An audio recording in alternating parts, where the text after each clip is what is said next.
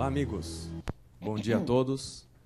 Estamos no último dia da Semana Jurídica de Palestras Saberes do Direito. Agora, vamos falar de direito de família. Eu tenho a honra de receber aqui a professora Regina Beatriz Tavares da Silva.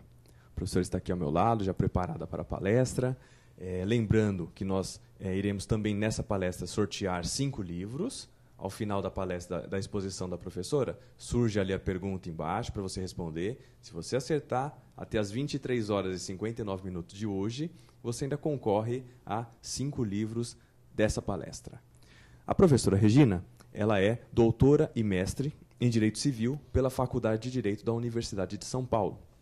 Também é coordenadora e professora dos cursos de especialização e educação continuada no programa GVLO, da Escola de Direito de São Paulo, da Fundação Getúlio Vargas, e da Escola Superior de Advocacia da Ordem dos Advogados do Brasil, Seção São Paulo. A professora Regina também é presidente da Comissão de Direito de Família do Instituto dos Advogados de São Paulo. E é autora, vou mostrar aqui o livro para vocês, Divórcio e Separação, após a Emenda Constitucional 66 de 2010. O tema da palestra da professora Regina será Doutrina e Jurisprudência sobre Dissolução Culposa do Casamento após a Emenda Constitucional 66 de 2010. Vou passar o controle para a professora. Muito obrigada, professora Regina, Ivan. Sucesso, uma ótima palestra. Muito obrigada.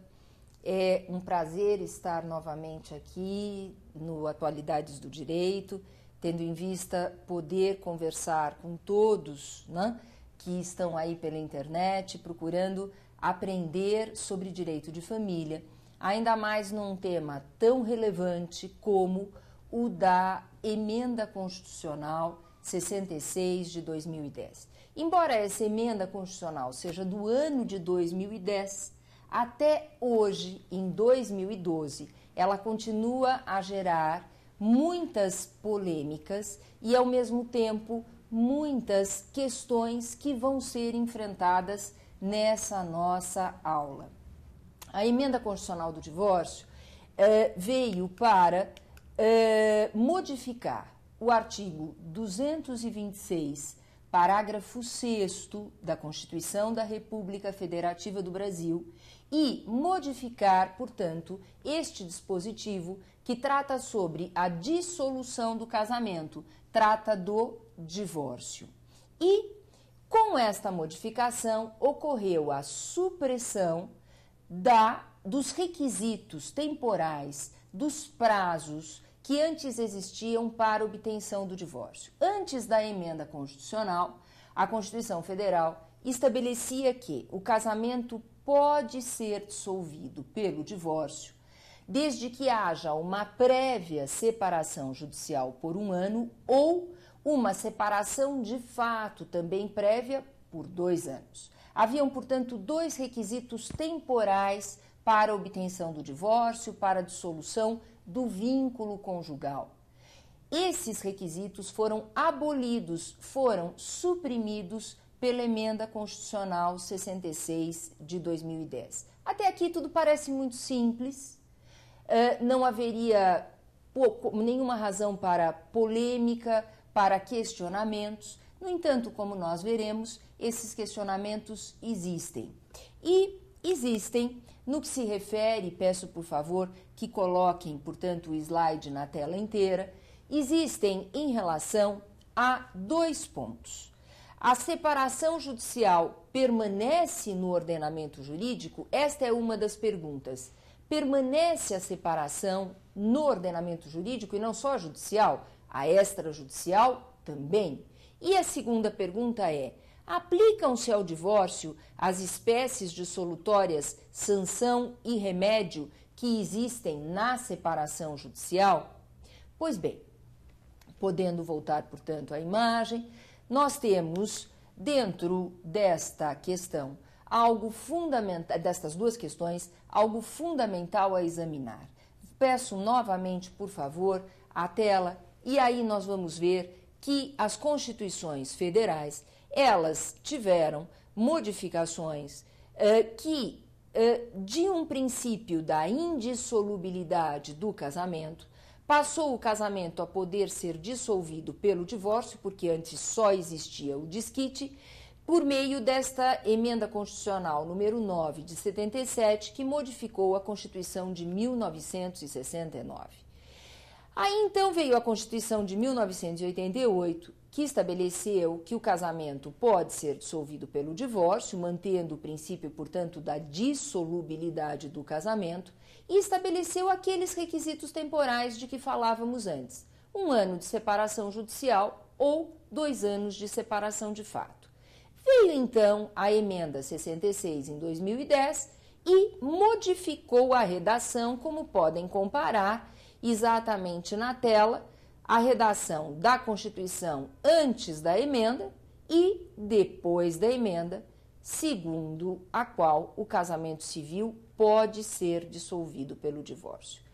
Vamos, portanto, a mais um slide ainda em tela inteira, por favor, quando nós temos aqui a redação anterior à emenda, a redação após a emenda, de maneira destacada, e com a nítida dispensa dos requisitos temporais do divórcio, aquele 1 ano de separação judicial ou aqueles 2 anos de separação de fato.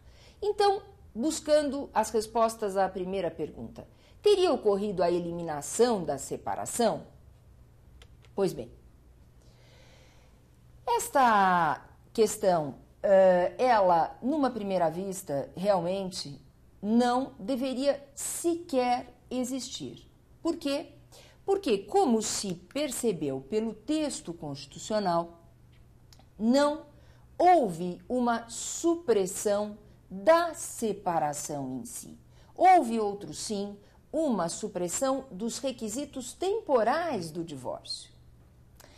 A Constituição Federal, ela, no artigo 226, parágrafo 6º, não é uma norma materialmente constitucional. É uma norma apenas formalmente constitucional. O que significa isto? Significa que a Constituição Federal nunca regulou, como não regulou também na Constituição de 88, portanto, isto tanto nas constituições anteriores quanto na Constituição de 88, nunca foi o objetivo da Constituição regular as espécies dissolutórias de casamento. O que a Constituição fez foi, como nós vimos no slide anterior, passar de um princípio de indissolubilidade para um princípio de dissolubilidade do casamento, introduzindo o divórcio no nosso direito, e, desse modo, constou o divórcio da Constituição para que viéssemos a ter a possibilidade de dissolução do vínculo conjugal. Mas não cabe à Constituição a regulamentação das espécies dissolutórias. Então, a Constituição Federal, nessa norma do 226, parágrafo 6º, é uma norma formalmente constitucional e não materialmente constitucional.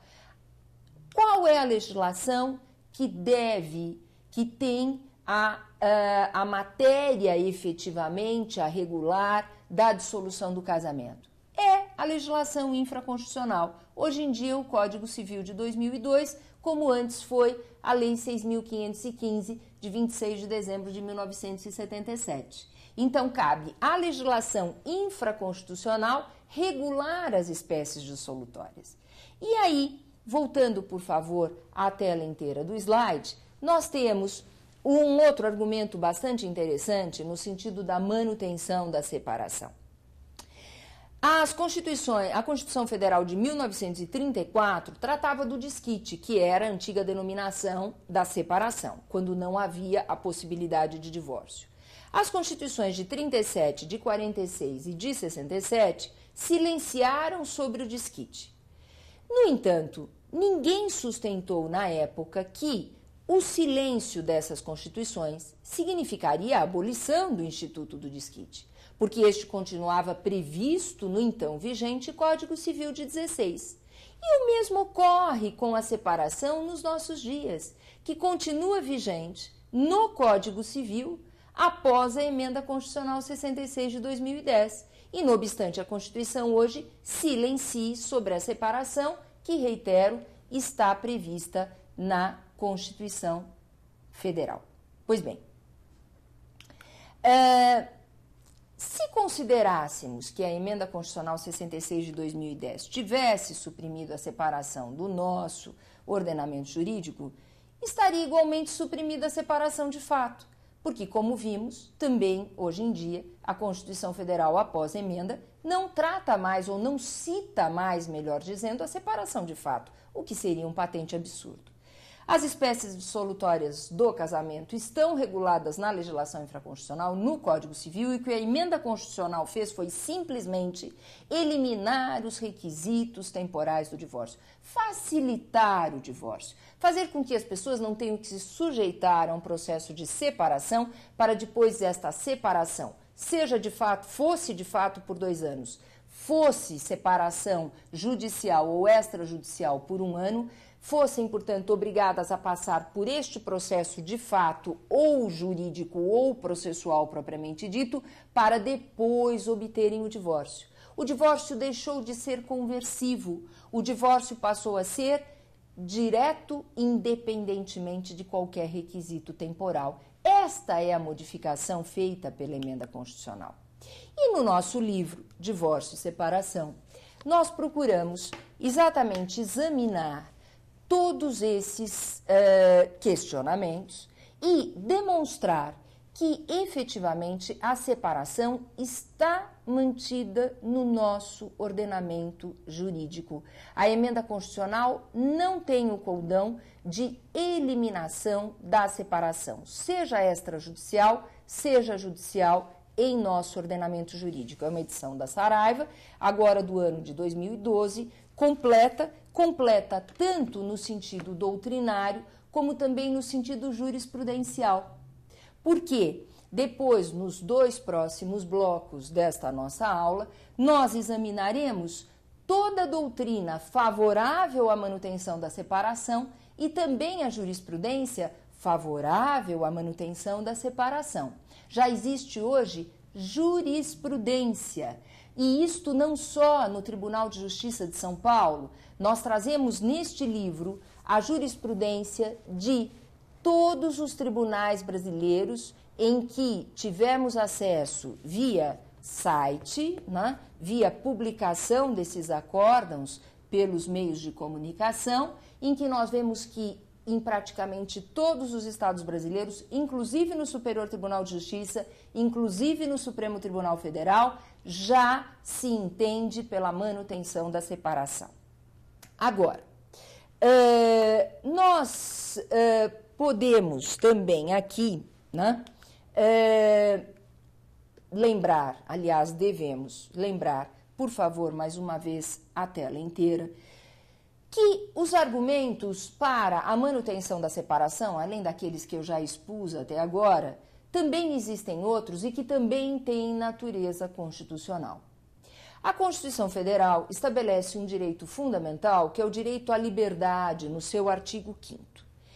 E nesse direito à liberdade, que é um direito amplo, está a liberdade de escolha da espécie dissolutória, ou seja, as pessoas casadas devem ter conservado o direito de escolher entre a separação ou o divórcio.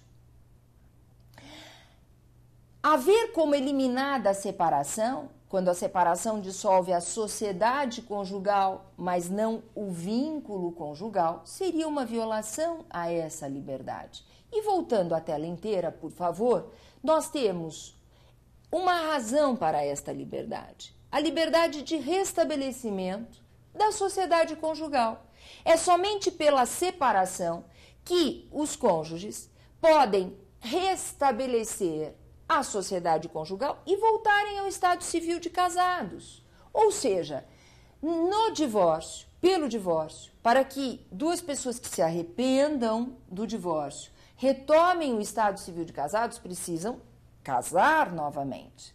Com a separação, uma mera petição nos autos do processo de separação restabelece a sociedade conjugal, restabelece o casamento. E, no caso da separação extrajudicial, basta uma escritura que vai restabelecer a sociedade conjugal, também uma escritura perante o tabelionato de notas, uma escritura de restabelecimento da sociedade conjugal, conforme prevê expressamente a nossa legislação. Então, aí, o direito à liberdade. Mas nós temos outros argumentos. E, por favor, mais uma vez a tela inteira para a manutenção da separação. Pensar em eliminação da separação significa também violação constitucional, mas agora ao princípio ou ao direito fundamental, melhor dizendo, da liberdade religiosa. O Brasil é um Estado laico, não há a menor dúvida. Mas nesse Estado laico, os religiosos merecem o respeito do Estado. E é o artigo 5º, nos incisos 6º e 8º, que estabelece os direitos fundamentais de liberdade de crença religiosa e de exercício de direitos em razão da crença. Pois bem, a supressão da separação faria com que os religiosos que não admitem o divórcio, e não são poucos, e não são só os católicos, os evangélicos também não admitem o divórcio, em muitas das correntes evangélicas, teriam que renunciar ao seu credo para regularizar o estado civil pelo divórcio ou permanecer na situação irregular de separados de fato, isto é, casados e sem convivência conjugal. Portanto, uma de duas, ficariam irregulares perante a religião ou perante o Estado. Irregulares perante a religião se divorciados, irregulares perante o Estado se meramente separados de fato. Agora, tratando das espécies dissolutórias, embora em breves linhas, o que vamos, obviamente, detalhar nos blocos seguintes. Por que a manutenção da dissolução culposa, seja pela separação, seja pelo divórcio? Por razões também constitucionais. Razões constitucionais que estão também expostas neste livro Divórcio e Separação, de minha autoria, publicado pela Saraiva nesse ano de 2012, e razões que nós vamos expor nos blocos seguintes. Dentre essas razões está a proteção à dignidade da pessoa humana. Então, terminando este bloco, quem quiser continuar, por favor, estaremos aqui em breve. Muito obrigada.